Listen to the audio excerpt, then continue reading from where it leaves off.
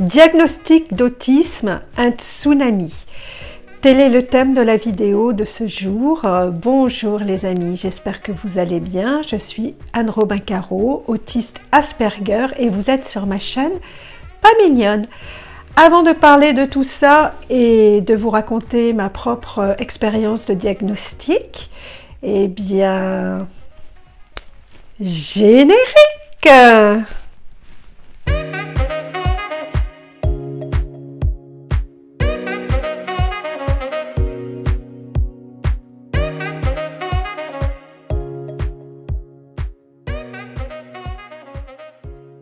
Vous venez enfin d'obtenir une réponse à toutes vos galères. Le diagnostic du psychiatre vient de tomber après des mois d'entrevue. Vous êtes autiste. À partir de ce moment, de cette annonce, plus rien ne sera jamais comme avant. Il va vous falloir avancer. Vous allez franchir des étapes. Moi, je vais vous parler aujourd'hui de celles que j'ai traversées. On y va? Première étape, le choc. Vous êtes choqué. On vient de vous dire que vous êtes autiste. C'est pas un choc comme un deuil, c'est pas, vous vous effondrez pas en larmes. C'est un choc, c'est-à-dire que quelque part, vous vous étiez tellement habitué à être différent, à ne pas avoir d'explication, que là, vous l'avez. Donc l'enjeu est terminé, il n'y a plus d'enjeu, vous avez la réponse. Donc qu'est-ce qui va se passer après? Qu'est-ce que vous allez faire de tout ça? Vous êtes choqué. Après le choc, vous ne pouvez pas vous empêcher de remettre en question les compétences du psychiatre et de vous dire que peut-être vous y êtes allé un peu fort, vous n'avez pas peut-être autant de symptômes que ça, vous avez peut-être exagéré. Et tout est prétexte en fait à remettre en question, à être dans le déni. C'est une période où vous ne vous sentez pas si décalé. C'est un peu comme si vous souhaitiez vous raccrocher aux branches, puisque vous avez toujours couru après un train et même si vous étiez dans le dernier wagon, vous étiez là et que quelqu'un vous disait « je t'autorise à lâcher, reste sur la voie et emprunte une autre route ». Donc, quand on a lutté toute sa vie, c'est difficile de lâcher prise. Troisième étape, vous refaites le passé. Vous finissez par vous dire qu'il a raison, on ne peut pas trop minimiser, ça s'est bien passé tel que vous l'avez dépeint au psychiatre. Et donc là, beaucoup de choses vous reviennent en mémoire, des injustices, des épreuves que vous avez traversées durant votre vie d'adulte ou d'enfants qui vous ont engendré beaucoup de culpabilité. Et là, quelque part, c'est comme si vous commenciez à avoir envie de vous protéger et de vous dire cette petite fille ou ce jeune adulte, c'était pas de sa faute finalement. Il n'était pas méchant, bizarre, pas mignonne, mais il n'y pouvait rien et malheureusement, le monde ne s'est pas adapté à lui. Donc, vous refaites tout ça et c'est plutôt bien parce que toutes les critiques que vous formuliez à votre encontre n'ont plus vraiment raison d'être. Quatrième étape, le rapport aux autres. Vous retournez à votre travail, vous avez cogité dans le déni, refaire le passé. Et comment aborder ce rapport aux autres? Est-ce que je dois leur dire la vérité? Quelque part ça fait un peu jérémiade, c'est-à-dire que je ne suis pas ok avec toi, mais c'est pas de ma faute parce que je suis autiste. Et en même temps, les gens n'ont pas été très mignons avec vous, puisque l'autiste étant candide, vous avez attiré forcément les méchancetés, les gens toxiques. Donc est-ce que je dois le dire, ne pas le dire et continuer à me battre, mais me battre pour être comme eux? Pourquoi? Puisque je ne suis pas comme eux. Alors la cinquième étape que j'ai traversée personnellement a été une aggravation de mes symptômes. Je me suis mise à faire du flapping, je me suis rendu compte que j'en avais jamais fait. Tourner peut-être un peu plus en rond ou faire des choses étranges. C'est comme si avant je me contrôlais, que le cerveau reprenait le dessus et que là je larguais vraiment les amarres.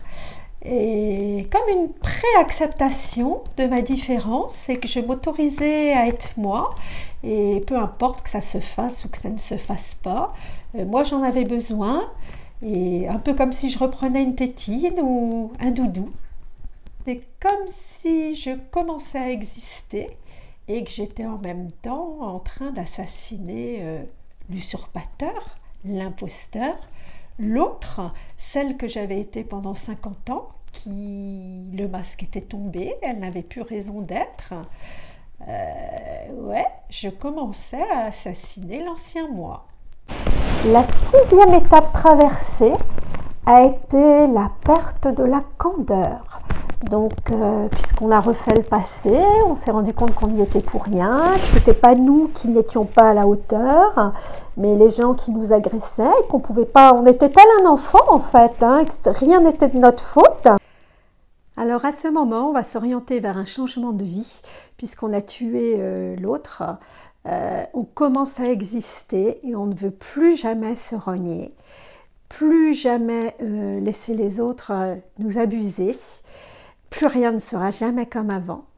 Il est nécessaire pour nous de s'affirmer. La perte de la candeur a fait en sorte qu'on s'est vraiment rendu compte qu'on ne vivait plus dans un monde de bisounours, mais qu'on ne sera jamais capable d'être conflictuel et d'avoir les dents acérées comme les autres. Donc, il va falloir extrêmement bien s'entourer.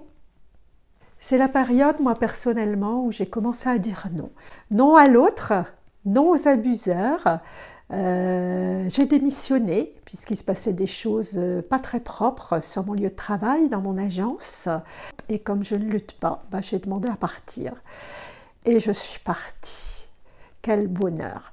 Donc je ne peux pas lutter de toute façon contre les intrigants. J'en ai pas envie, je me sentais sale et j'avais envie... Ce diagnostic, en fait, petit à petit, je m'en suis sortie lavée. Alors au niveau de l'amitié, de l'amour, c'est pareil, j'ai fait pas mal de tri, puisque sans s'en rendre compte, je ne vais pas créer les gens de pervers narcissiques, de toxiques, puisque je pense que c'est moi qui générais ce comportement où ils me marchaient dessus, ils ne pensaient qu'à eux, et j'ai commencé vraiment à poser mes limites. 7e étape, je préfère dire que c'est une nuit noire de l'âme que j'ai traversée. Bon, les gens plus rationnels parleraient de dépression. Comme j'ai tué la première Anne, qui n'était pas moi, je me suis rendu compte que j'étais incapable de penser comme elle, d'effectuer son travail, de rentrer dans la peau de qui elle avait été. Donc j'ai fait vraiment une introspection. J'ai passé d'ailleurs 4 mois dans mon lit à regarder le plafond. J'étais en plein doute, je ne savais pas qui j'étais, j'allais chercher des yaourts, je me rappelle, en grande surface, et je ne savais pas quels étaient mes yaourts préférés. C'est comme si j'apprenais à marcher, que j'apprenais à vivre, et en même temps, j'ai commencé à avoir peur, peur du monde, peur des gens. Avec cette perte de la candeur, je me suis rendu compte qu'il fallait vraiment faire attention, et que l'être humain n'était pas forcément bienveillant et qu'il fallait que je me protège. Donc ça a été une période de doute, d'introspection, de solitude choisie, de grands questionnements et de grands bouleversements. Alors à ce moment, je suis retournée voir ma psychiatre et elle m'a dit « Tiens, je suis vraiment très surprise de ne vous voir que maintenant, avec l'annonce d'un diagnostic d'autisme à 50 ans. Je pensais que vous alliez venir beaucoup plus tôt. » Et elle m'a aidée et elle m'aide encore. Alors, on arrive à la fin. 8e et dernière étape est celle d'apprendre à savoir qui l'on est vraiment. Renouer avec l'enfant qu'on était avant d'être pollué par le fais pas ci, fais pas ça, comporte-toi comme ça. Donc toujours une introspection mais beaucoup plus joyeuse, beaucoup moins perdue, où j'ai eu envie de prendre dans mes bras cet enfant qu'on appelle l'enfant intérieur en développement personnel, de le chouchouter, de le consoler de tout ce qu'il avait vécu et de le faire grandir pour devenir adulte, et un adulte tel que je suis, avec autisme. À ce moment-là, j'ai rencontré quelqu'un qui m'a dit Anne, si tu es champion du 200 mètres et qu'on te coupe une jambe, qu'est-ce que tu vas faire? J'ai répondu, je serais beaucoup moins bon, je serais plus champion du 200 mètres. Et il m'a regardé. C'est une réflexion très profonde qui m'a vraiment reboostée. Et il m'a dit, mais non, du tout, tu seras de nouveau la meilleure. The winner is la pas mignonne. Et tu seras juste la championne du 200 mètres handicapée avec une seule jambe. Voilà les amis, donc mon parcours. N'hésitez pas en commentaire de me mentionner le vôtre, savoir s'il était similaire, s'il y a des différences. Pour ceux qui sont en cours de diagnostic, j'espère les aider. Je vous invite bien à vous abonner, à liker, à, comme je l'ai dit, mettre des commentaires. Sinon, donc pour vous parler de moi, je ne dirais pas que je m'en suis sortie encore. J'apprends plein de choses. Par contre, et je commence à être passionnée par moi. J'avais aucune confiance en moi, le fait d'imiter les autres, j'étais dans une non-vie, une non-existence. Et maintenant, petit à petit, je m'aime bien. Mes amis qui sont tous neurotypiques se moquent de moi avec tendresse, comme ils se moquent d'eux, je n'ai plus à me cacher. Et j'ai beaucoup plus de bonheur dans ma vie. Et j'ai toujours très peu de gens qui m'entourent, mais je commence à apprécier ce chemin du bonheur. Je vous dis à très bientôt les amis. Portez-vous bien.